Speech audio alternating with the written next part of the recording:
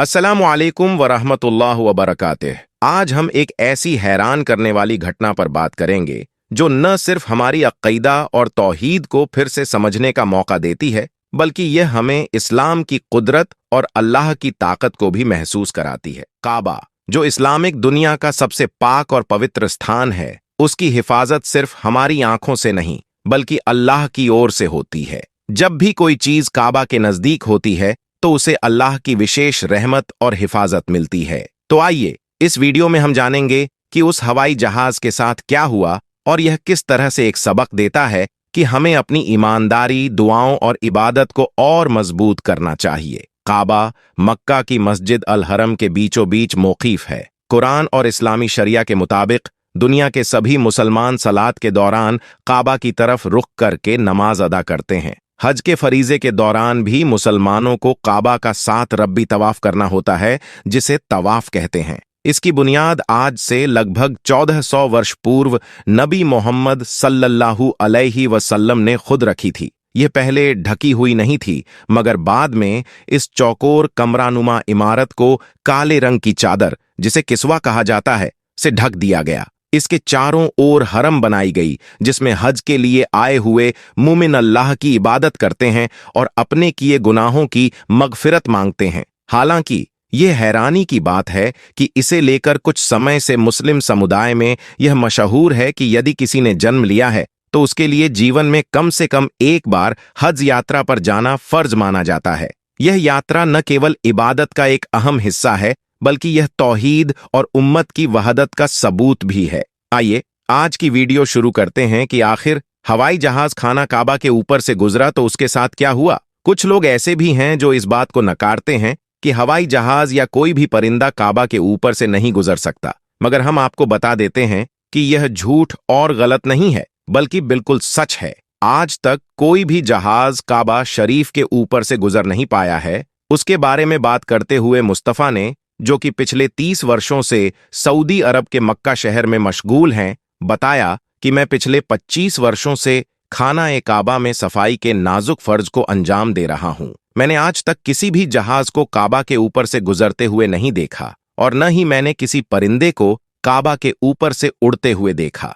मुस्तफ़ा आगे कहते हैं कि एक बार शाम के वक्त गलती से एक जहाज काबा शरीफ की तरफ आ गया, लेकिन हमने देखा जैसे ही वह जहाज काबा शरीफ के करीब पहुंचा, उसकी क़िबला कुदरती तौर पर अपने आप ही वहां से धकेल दी गई, यानी कि वह फितरी तौर पर ही वहां से हट गया। यह अल्लाह की कुदरत का एक बड़ा नमूना था जो इस मुकाम की हिफाजत करता है। दोस्तों, अब आपको बताते हैं कि आखिर ऐसा क्यों होता है। अल्लाह तबारक व ताला ने काबा शरीफ में ऐसी क्या खास बात रखी है जिसकी वजह से कोई भी परिंदा काबा शरीफ पर से गुजर नहीं पाता है और ना ही कोई जहाज। अल्लाह ने अपने काबा में ऐसी क्या कुदरत रखी है जिसकी वजह से काबा के ऊपर से गुजरने वाला जहाज हो या परिंदा, उसे या तो कुदरती तौर पर वहां से धकेल दिया जाता है, या फिर वह जलकर राख हो जाता है, या फिर वह काबा शरीफ की रेखा से अपने आप ही दूर हो जाता है। यह सब अल्लाह की इरादा और कुदरत का एक जबरदस्त नजारा है। क्या आपको यह मालूम है कि काबा शरीफ की तादाद 2 है? एक तो काबा शरीफ मक्का में है और दूसरा काबा शरीफ के ऊपर सीधा जन्नत में मौजूद है, जिसको रिवायतों में बैतुल मामूर कहा गया है, जहां पर हर वक्त 70,000 फरिश्ते दिन रात तवाफ करते रहते हैं। अब दोस्तों, आपको 3 ऐसी बड़ी वजह बताते हैं जिसकी वजह से मक्का शरीफ के ऊपर से कोई भी जहाज या परिंदा गुजरता नहीं है। यानी कि काबा के ऊपर से जहाज या परिंदे के ना गुजरने की 3 असल वजह आपको बताते हैं। सबसे पहली वजह तो यह है कि काबा शरीफ को दुनिया का सेंटर माना गया है, यानी कि काबा दुनिया के बीचों बीच में मौजूद है और आज इस बात को साइंस भी मानती है। साइंस ने भी इस बात को प्रूव किया है कि मक्का में बना काबा दुनिया के सेंटर में मौजूद है। इसी वजह से काबा शरीफ दुनिया के सेंटर में होने की वजह से सबसे ज्यादा ग्रेविटी काबा शरीफ के ठीक ऊपर और नीचे हैं। उसकी वजह से यह होता है कि अगर कोई परिंदा या हवाई जहाज काबा शरीफ के ऊपर से गुजरने की कोशिश करता है तो ग्रेविटी की वजह से वह परिंदा और हवाई जहाज अपने आप ही काबा शरीफ की लाइन से दूर हो जाता है। इसका मतलब यह हुआ कि काबा शरीफ के ऊपर कोई भी चीज, चाहे वह परिंदा हो या हवाई जहाज हो या फिर और कोई चीज हो, वो अल्लाह की कुदरत से अपने आप ही काबा के ऊपर से हट जाती है। उस चीज को कुदरती तौर पर भी वहां से धकेल दिया जाता है, यानी कि उस चीज को अल्लाह की कुदरत से हटा दिया जाता है। दोस्तों, इसकी दूसरी वजह यह है कि जिन इलाकों में ऑयल रिफाइनरीज मौजूद होती हैं, वहां पर भी किसी भी फ्लाइट या हवाई जहाज को गुजरने की इजाजत नहीं मिल पाती है, क्योंकि ऐसी जगह पर अगर कभी कोई हवाई जहाज गिर जाए तो फिर आप सोचिए कि वहां पर कितना बड़ा और कितना खौफनाक हादसा हो सकता है और कितनी ज्यादा जान माल का नुकसान हो सकता है। और मक्का शरीफ दुनिया की एक अहम जगह है। यही वजह है कि किसी भी हवाई जहाज को काबा शरीफ के ऊपर या करीब भी आने की इजाजत नहीं है, क्योंकि खुदा ना खास्ता अगर कभी कोई गैर मुस्लिम या काफिर या फिर कोई दहशतगर्दी के इरादे से किसी हवाई जहाज हाईजैक करके मस्जिद हराम के पास में ले जाकर उसको मार दे तो फिर कितना बड़ा नुकसान हो सकता है। इसलिए सऊदी हुकूमत ने पूरी दुनिया के लिए यह वार्निंग जारी की हुई है कि अगर किसी ने भी काबा के ऊपर से हवाई जहाज गुजारने की कोशिश की तो उसको मिसाइल मारकर फौरन तबाह और बर्बाद कर दिया जाएगा। तो दोस्तों, इससे मालूम होता है कि सऊदी हुकूमत की वजह से भी किसी भी हवाई जहाज को काबा शरीफ के ऊपर से गुजरने की इजाजत नहीं दी गई है। अगर देखा जाए तो काबा शरीफ सबसे पाक और मुकद्दस जगह है और यहां पर आकर दुनिया का हर मुसलमान अल्लाह की इबादत में मशगूल हो जाता है। ऐसे में अगर हवाई जहाज वहां से गुजरने लगे तो मुसलमानों की इबादत में खलल पैदा हो जाएगा। इस वजह से भी काबा शरीफ के ऊपर से हवाई जहाज गुजरने की इजाजत नहीं दी गई है।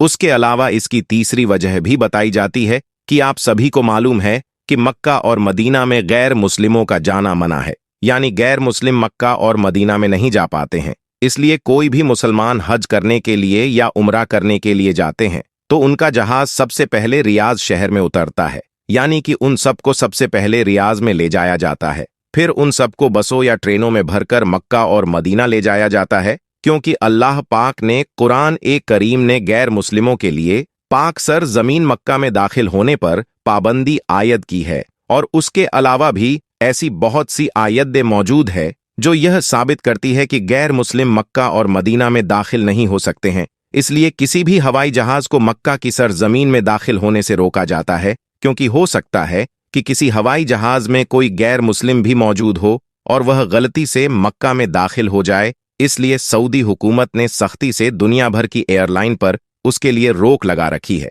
यानी कि तमाम एयरलाइंस के लिए नो फ्लाई जोन करार कर दिया है। यही वजह है कि काबा के ऊपर से कोई भी परिंदा या हवाई जहाज नहीं गुजर पाता। अगर कभी कभार कोई परिंदा या हवाई जहाज काबा के ऊपर से गुजरने की कोशिश भी करता है तो या तो उसको वहां से धकेल दिया जाता है या फिर वह जलकर खाक हो जाता है। वही आपको बता दे कि ऐसा बिल्कुल नहीं है कि कभी काबा शरीफ के ऊपर से हवाई जहाज को उनकी मंजूरी नहीं दी गई। दरअसल सऊदी प्रशासन ने साल 2006 में पवित्र शहर में एक इमारत के ढहाने के बाद हवाई क्षेत्र में उड़ान की मंजूरी दी थी। इस घटना में दर्जनों लोगों की मौत हो गई थी। खोजी और बचाव हेलीकॉप्टर्स के तत्काल प्रभावित क्षेत्र पहुंचने से काफी लोगों को बचाया जा सका था। पवित्र काबा में कौन प्रवेश कर सकता है और कौन नहीं, इसको लेकर भी सऊदी अरब की सरकार काफी सख्त है। खैर दोस्तों, मुसलमान जहां कहीं रहता हो, जो जबान चाहे बोलता हो, जो लिबास चाहे पहनता हो, जिस रंग व नस्ल से तल्लुक रखता हो, जिस हाल में रहता हो, यही उसका रूहानी मस्कन है। इसी से उसकी किस्मत वाबस्ता है। उसका दिल व जान इसी पर फिदा होने के लिए बेकरार रहती है। इसी मैक़दे तौहीद से वलवलये ताज़ा लेता है और बेपाया मोहब्बत के कम के खूम चढ़ाता है। वह शैक के पर्दों से उड़कर यहां पहुंचना चाहता है। तो दोस्तों, आज की वीडियो में बस इतना ही। आपका हमारी आज की जानकारी के बारे में क्या कहना है, कमेंट सेक्शन में जरूर बताएं। साथ ही वीडियो पसंद आई हो तो वीडियो को लाइक करे, शेयर करे और चैनल को सब्सक्राइब भी जरूर करे। मिलते हैं एक नई वीडियो के साथ, तब तक के लिए अल्लाह हाफिज।